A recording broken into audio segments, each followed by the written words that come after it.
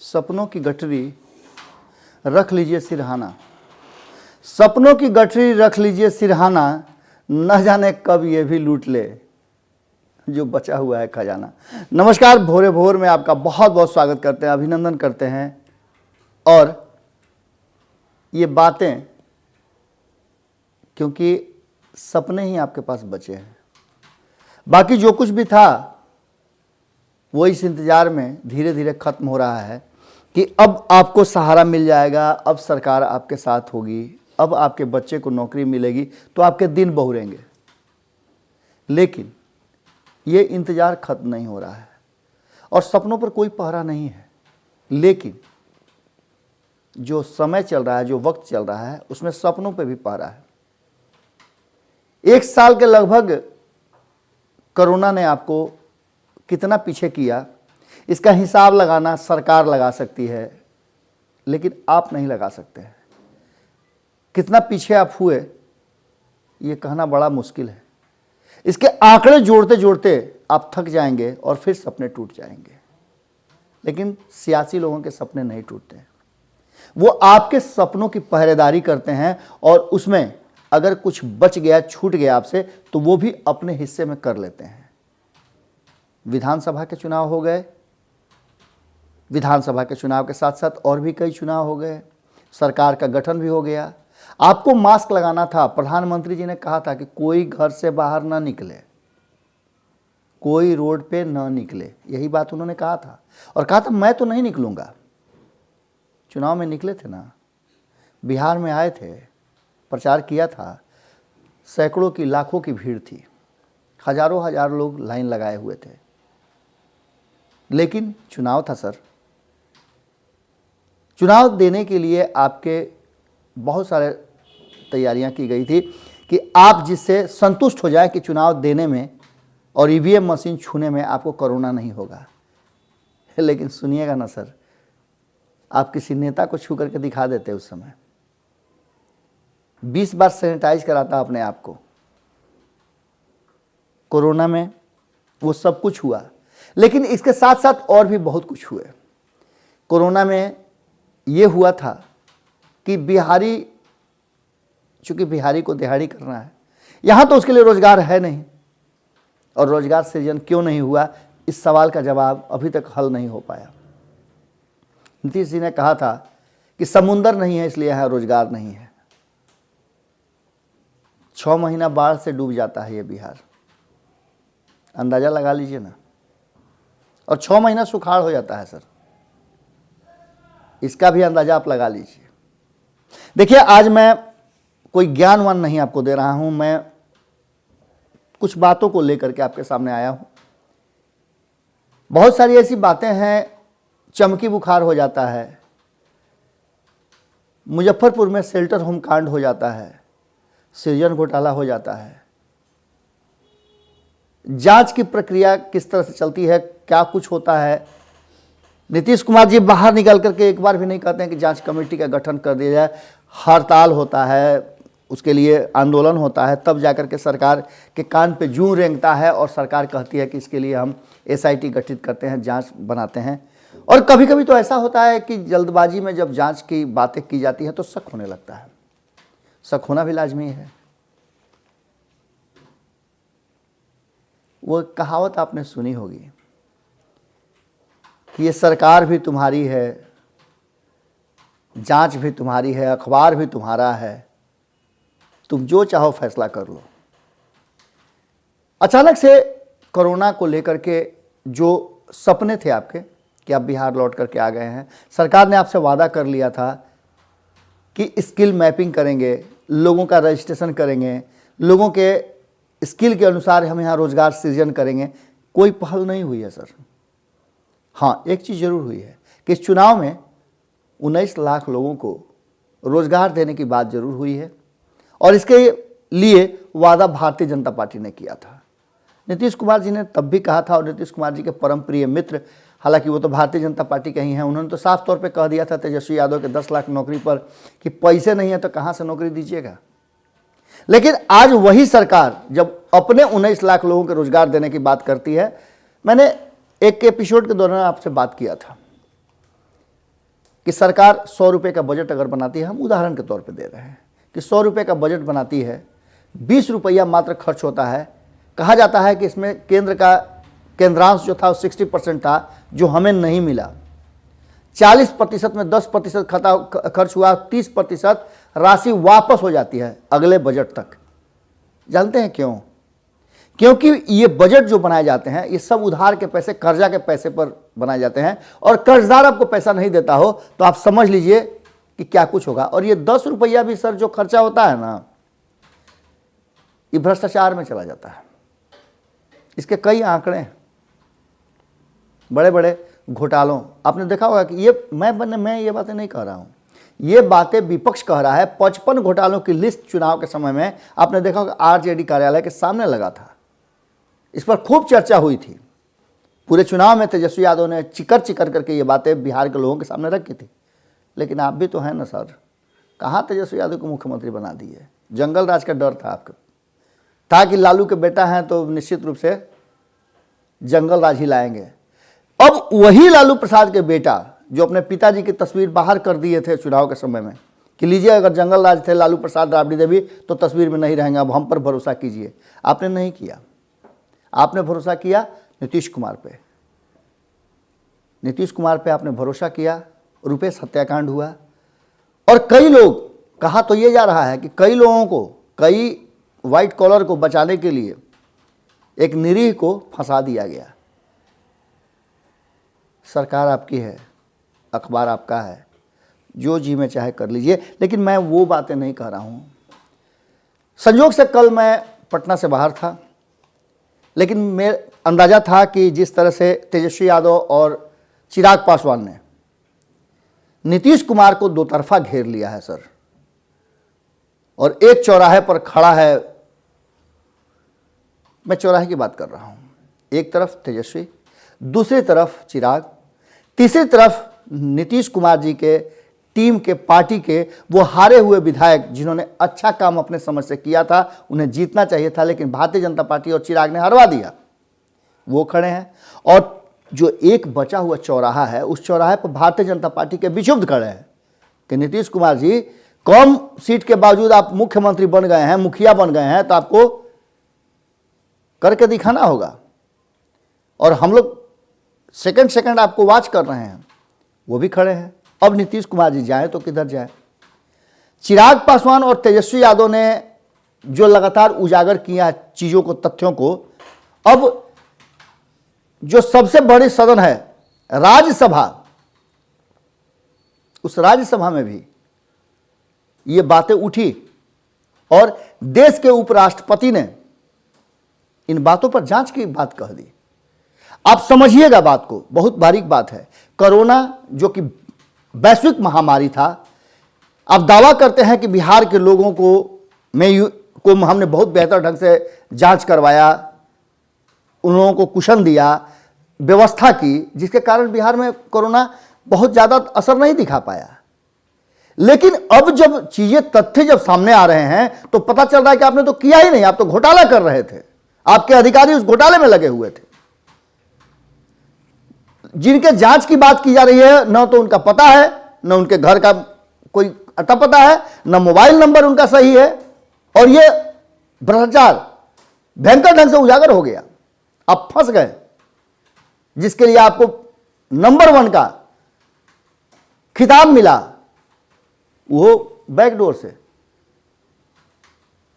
Sir, अखबार आपकी है, सरकार आपका है, जो जी में चाहे कर लीजिए। जिस राज्य को नंबर 1 का खिताब मिलता हो कोरोना काल में टेस्टिंग और अन्य चीजों के लिए, व्यवस्था के लिए, कोरोना से लड़ाई के लिए, उस राज्य का छल से ही लिया हुआ, कितनी शर्म की बात है। जांच की प्रक्रिया जिस समय स्वास्थ्य विभाग के प्रधान सचिव को बदला जा रहा था, भारत लाइव ने तब भी आवाज उठाया था कि आखिर ऐसा क्या हो गया जो संजय जी को हटाया गया, प्रत्यय अमृत को लाया गया। कल प्रत्यय अमृत बात कर रहे थे मीडिया से, और बात करते हुए उन्होंने भी स्वीकार किया कि हाँ, भ्रष्टाचार नजर आ रहा है, लेकिन साथ में उन्होंने यह भी कहा कि सब जगह नहीं नजर आ रहा है। अब तो उन्होंने भोजपुर जिले को, जिसने कि नीतीश कुमार को नकार दिया, भोजपुरी भाषा भाषी क्षेत्र के लोगों ने नीतीश कुमार के सत्ता को नकार दिया है। या तो उन्हें पसंद है तेजस्वी यादव या फिर पसंद है भारतीय जनता पार्टी। नीतीश कुमार को पूरी तरह से भोजपुरी भाषा भाषी क्षेत्र के लोगों ने इनकार कर दिया, नकार दिया है। अब प्रत्यय अमृत का कहना है कि भोजपुर के क्षेत्र में काफी जम करके भ्रष्टाचार होने की उम्मीद जताई जा रही है, क्योंकि चीजें जो सामने आ रही हैं, जो आंकड़े सामने आ रहे हैं, उसमें भ्रष्टाचार नजर आ रहा है। हम जांच करवा रहे हैं और जांच पर भी सवाल खड़े हो गए हैं। एक तो चिराग पासवान का जो संसदीय क्षेत्र है, वहां जम करके जमुई में, सिकंदरा में, बरबीघा में जो चीजें सामने आई, जिसकी चर्चा राज्यसभा तक हो गई, लोकसभा में चर्चा हुए, बिहार विधानसभा होगा तो क्या होगा आप अंदाजा लगा सकते हैं। तेजस्वी यादव का उजागर किया हुआ और एक अखबार के द्वारा निकाले गए उस खबर ने बिहार को कहीं का नहीं छोड़ा। CCC, क्राइम, करप्शन, कम्युनिज्म पर अपनी ही पीठ थपथपाने वाले नीतीश कुमार जी के लिए इससे बड़ी बात क्या हो सकती है। प्रत्यय अमृत ने कल प्रेस वार्ता करके इन बातों का खुलासा किया है और उन्होंने साफ तौर पे कहा है कि 26 जिलों में वो जांच करवाएंगे। उसके लिए जांच टीम गठित की जा रही है और जांच सवाल के घेरे में है। कहा जा रहा है कि जो इस भ्रष्टाचार के में लिप्त हैं उन्हीं लोगों से जांच कराने की व्यवस्था की जा रही है। SIT गठित क्यों नहीं की जा रही है, विपक्ष से क्यों नहीं जांच कराया है, विपक्ष के नेताओं को क्यों नहीं इसमें शामिल किया जा रहा है, रिटायर्ड जज को क्यों नहीं शामिल किया जा रहा है। बहुत तरह की बातें सामने आएगी। कल प्रत्यय अमृत ने जब प्रेस वार्ता की तो उन्होंने साफ तौर पे कहा है कि कोरोना जांच में धांधली की पड़ताल कराएंगे, हम पूरी ईमानदारी से कराएंगे। कितनी ईमानदारी से होगी, क्योंकि जब ऐसी स्थिति में, जबकि पूरी दुनिया करा रही थी, कोरोना के डर से घरों में डूबकी हुई थी, तब जब इतने बड़े भ्रष्टाचार हो सकते हैं तो इसकी बात कौन करे।